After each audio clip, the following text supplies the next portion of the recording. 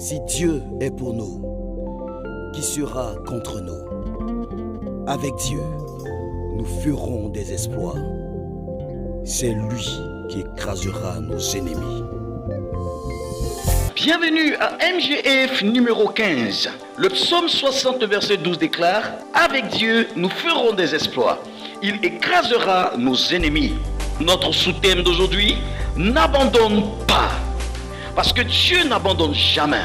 Quelles que soient les situations, quelles que soient les épreuves, n'abandonne pas. Je dirais comme Dieu, n'abandonne jamais. Alléluia. Cette parole est pour t'édifier, car Dieu ne peut abandonner son enfant. Marie, la mère de notre Seigneur Jésus, a eu une foi digne d'être imitée. La Bible déclare qu'elle reçoit l'ange pour la première fois et tout de suite rappelle son statut à l'ange. Elle affirme: je suis la servante du Seigneur, qu'il me soit fait selon ta parole. Deux choses importantes à retenir et à ne surtout pas oublier de cette histoire.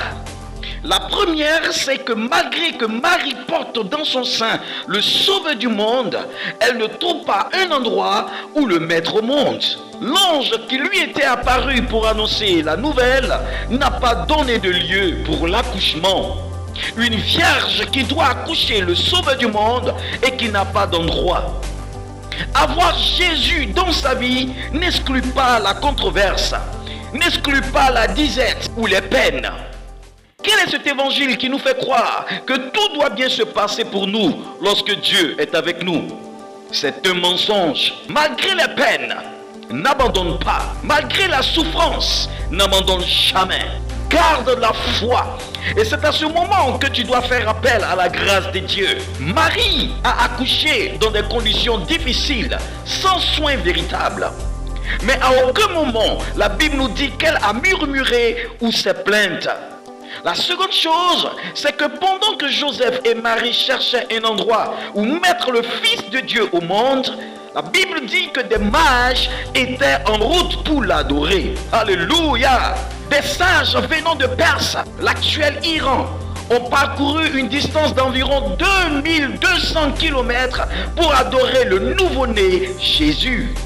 On pourrait comparer la distance comme celle de Dakar à Abidjan. En cheval, s'il vous plaît. Chacun sur son cheval a quitté l'Orient pour Bethléem. L'étoile de Jésus avait été déjà repérée depuis une semaine et à 2500 km du lieu de naissance.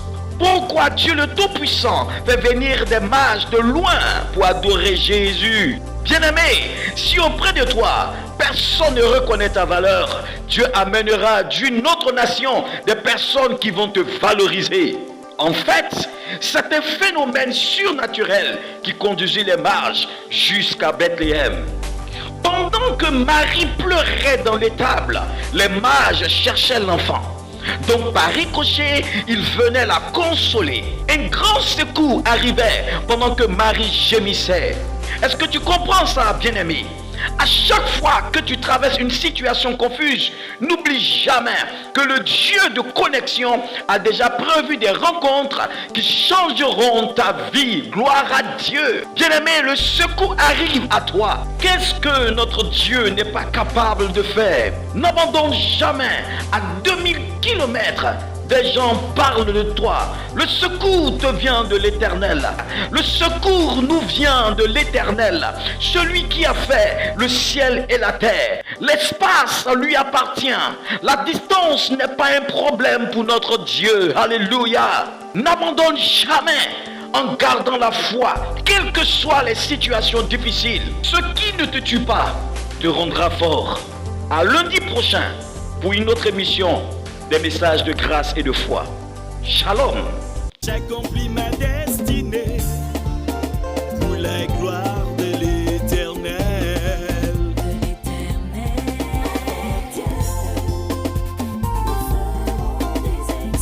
Les portes des nations me sont ouvertes.